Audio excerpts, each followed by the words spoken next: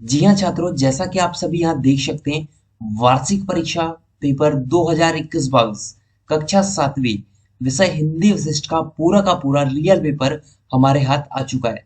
तो देखिए, जैसा कि आप सभी यहाँ पर देख सकते हैं, 16 अप्रैल को होने वाला कक्षा 7वीं का हिंदी विशिष्ट का पूरा पेपर हमारे पास आ चुका है। साथ ही इसके सभी क्वेश्चन के आंसर भी हमने आपके लिए तैयार कर लिए हैं। तो देखिए, आप यहाँ पर देख सकते हैं, सभी क्वेश्चन के आंसर आपको इस वीडियो में दे दिए जाएंगे और पूरा का पूरा पेपर आपको यहाँ पर मिलने वाला है। तो वीडियो को अंत तक जरूर देखिएगा।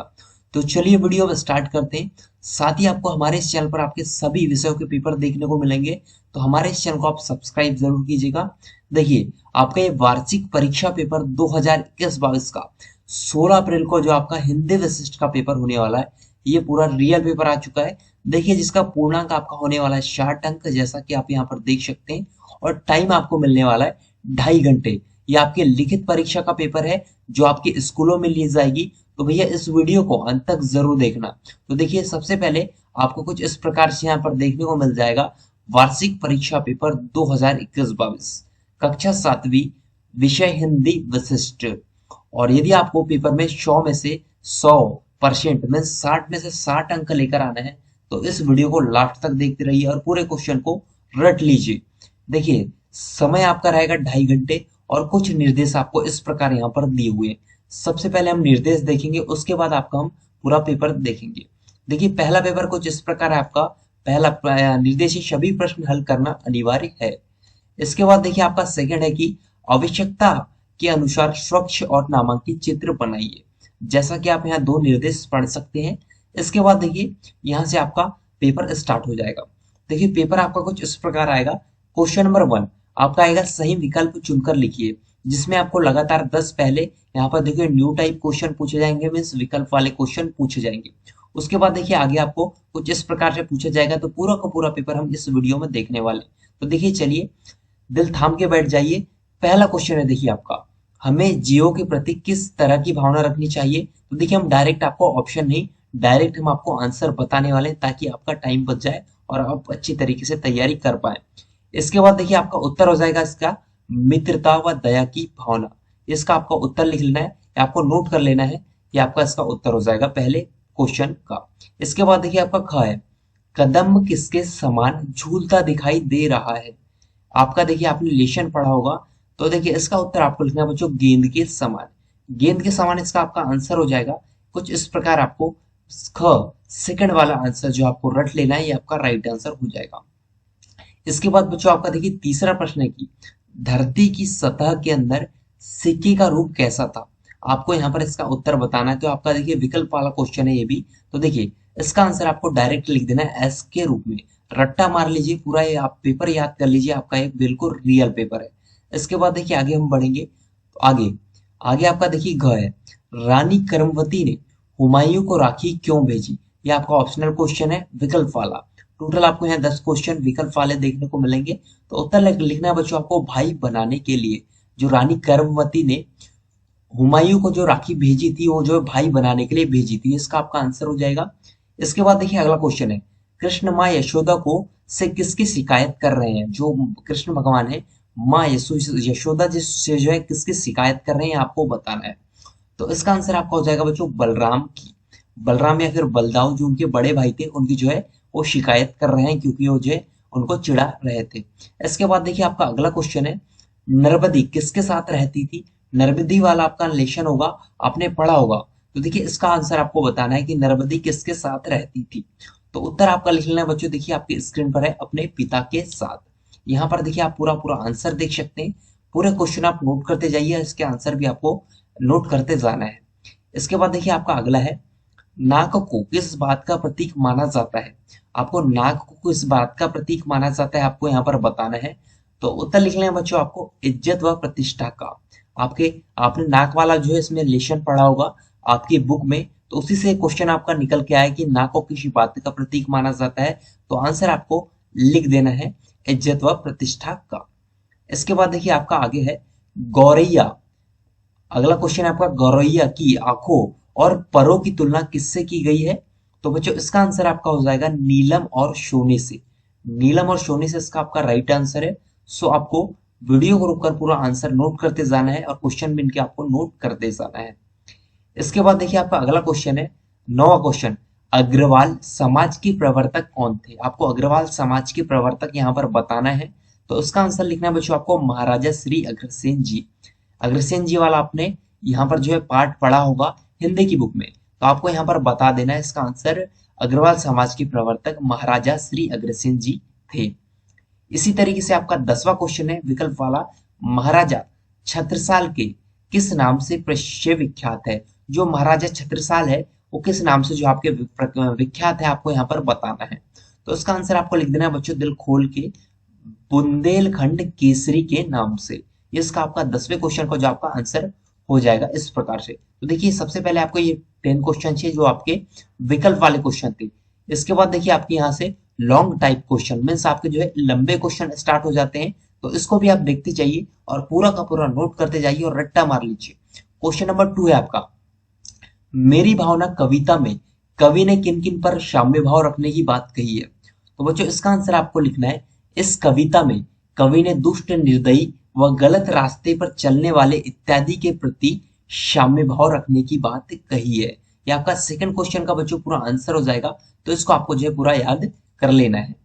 इसके बाद देखिए आपका तीसरा क्वेश्चन है, दीपू को दीदी और भैया की तरह कौन कौन सी सुविधाएं नहीं मिल पाती थी? तो आपको दीपू आपने पढ़ा होगा, दादी की घड़ी वाला जो लेसन है आपका, उससे क्वेश्चन आपका निकला हुआ है। तो देखिए इसका आपको आंसर लिखना है, दीपू को दीदी और भैया की अपेक्षा कई प्रकार की सुविधाएं से वंचित रहना पड़ता था। उसके पास पढ़ने के लिए ना तो घड़ी थी ना ही डेस्क। जब वह सुबह जल्दी उठना चाहता तो उसके पास अलार्म घड़ी भी नहीं होती थी। इस प्रकार बच्चों आपको ये तीसरे क्वेश्चन का आंसर लिख लेना है, ये आपका पूरा राइट आंसर हो जाएगा, आपको इसको नोट कर लेना है। इसके बाद देखिए आपका चौथा क्वेश्चन हम देख लेते हैं। चौथा क्वेश्चन है आपका, गंगा नदी से नेहरू जी की कौन कौन सी भावनाएं लिपटी हुई है, ये आपको यहाँ पर बताना है। तो उत्तर लिखना है बच्चों, नेहरू जी ने गंगा को बेहद करीब से और लंबे समय तक देखा है। इससे उनकी अनेकानेक भावनाएं लिपटी हुई है। गंगा के प्राकृतिक सौंदर्य, उसके पल पल बदलते स्वरूप व पग पग परिवर्तित होते मार्ग के मनोरम दृश्य सदैव स्मृति पटल पर ताजा रहते हैं। गंगा जनता की सर्वप्रिय नदी है, ये आपको आंसर लिखना है। वह तो भारत की प्राचीन सभ्यता का प्रतीक रही है। वास्तव में नेहरू जी के लिए गंगा मात्र एक नदी न होकर भूत को वर्तमान के मार्ग से होते हुए भविष्य को जोड़ने का एक जीवन दायक स्रोत है। इस प्रकार जो है आपको यहाँ पर लिखना है। ये आपका जो चौथे क्वेश्चन ये हो जाएगा और इसका आंसर भी ये हो जाएगा। और अभी तक इस वीडियो को आपने लाइक नहीं किया तो लाइक कीजिए, चैनल को सब्सक्राइब जरूर कर दीजिए ताकि आपके आने वाले सभी वीडियोस आपको मिल सके।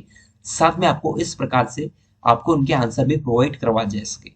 इसके बाद देखिए आपका पांचवा क्वेश्चन है बच्चों की, नर्मदा नदी को मध्य प्रदेश की जीवन रेखा क्यों कहा गया है? तो इसका आंसर आपको लिखना है, नर्मदा नदी को मध्य प्रदेश के एक बड़े भूभाग से होकर गुजरती है। मध्य प्रदेश के कई छोटे शहर इसके किनारे बसे हैं। अपने उद्गम स्रोत अमरकंटक से लेकर खंबात की खाड़ी गुजरात तक के मार्ग में यह नदी मध्य प्रदेश की धरती को अपने जीवनदायक जल से अभिसंचित करती है। फलस्वरूप इसे मध्य प्रदेश की जीवन रेखा कहा जाता है। ये आपको देखिए पांचवा क्वेश्चन हो जाएगा और इसका आपका पूरा आंसर हो जाएगा। तो आपको वीडियो को रोककर ये भी आंसर नोट कर लेना है और इस वीडियो को अपने सभी दोस्तों के साथ आपको शेयर करना है ताकि आगे आने वाली वीडियो आपको जल्द से जल्द नेक्स्ट वीडियो मिल सके। देखिए छठवां क्वेश्चन आपका, कलाम ने अपनी शिक्षा पूरी करने के लिए क्या संघर्ष किया, ये आपको यहाँ पर बताना है। तो उत्तर लिखना है बच्चों आपको, कलाम ने अपनी शिक्षा पूरी करने के लिए ट्यूशन पढ़ाने लगे। मद्रास चेन्नई से छपने वाले एक समाचार हिंदू के लिए लेख भी लिखे। इससे उन्हें कुछ पारिश्रमिक भी प्राप्त हो जाता था। इस तरह अपनी शिक्षा पूरी करने के लिए उन्होंने निरंतर प्रयास से या फिर संघर्ष किया। इस प्रकार से आपको छठवें क्वेश्चन का बच्चों पूरा आंसर ये लिख लेना है। इसके बाद देखिए हम आगे बढ़ेंगे तो आपका छठवां क्वेश्चन कंप्लीट होता है।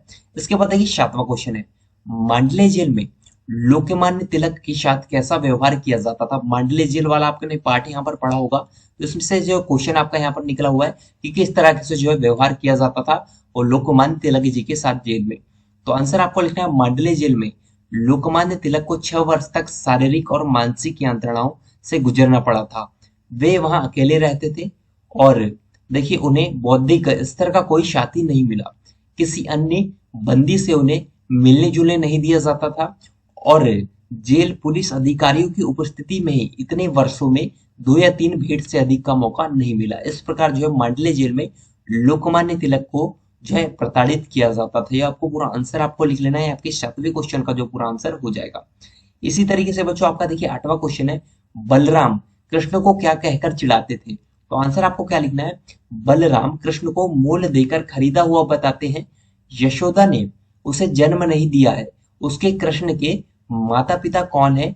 नंद और ये दोनों ही गोरे रंग के हैं। उसका शरीर सांवला क्यों है? इस तरह अनेक बातों कहकर बलराम कृष्ण को चिढ़ाते थे। ये आपको उसका आंसर लिखना है, 8वें क्वेश्चन का आपका ये आंसर हो जाएगा। इसी प्रकार देखिए आपका 9वां क्वेश्चन है कि छोटे जादूगर के किन किन गुणों ने तुम्हें प्रभावित किया? ये आपको यहाँ पर बताना है, आपने छोटे जादूगर वाला पार्ट यहाँ पर जो है पढ़ा होगा। तो आंसर लिखना बच्चों, छोटे जादूगर दुख और पीड़ा की अवस्था में धीरज धरे हुए था। वह अपनी माँ की बीमारी की दवाई के लिए खेल दिखाता है। वह किसी के सामने भीख के लिए हाथ नहीं बढ़ाता। उसे परिश्रम करने में विश्वास है। वह बोलचाल में चतुर है, साहसी है, वह अभिवादनशील है। इस प्रकार आपको छोटे जादूगर के गुणों के बारे में लिख लेना है। ये आपके देखिए 90 क्वेश्चन का पूरा आंसर हो जाएगा। इस प्रकार जो आपको लिख देना है।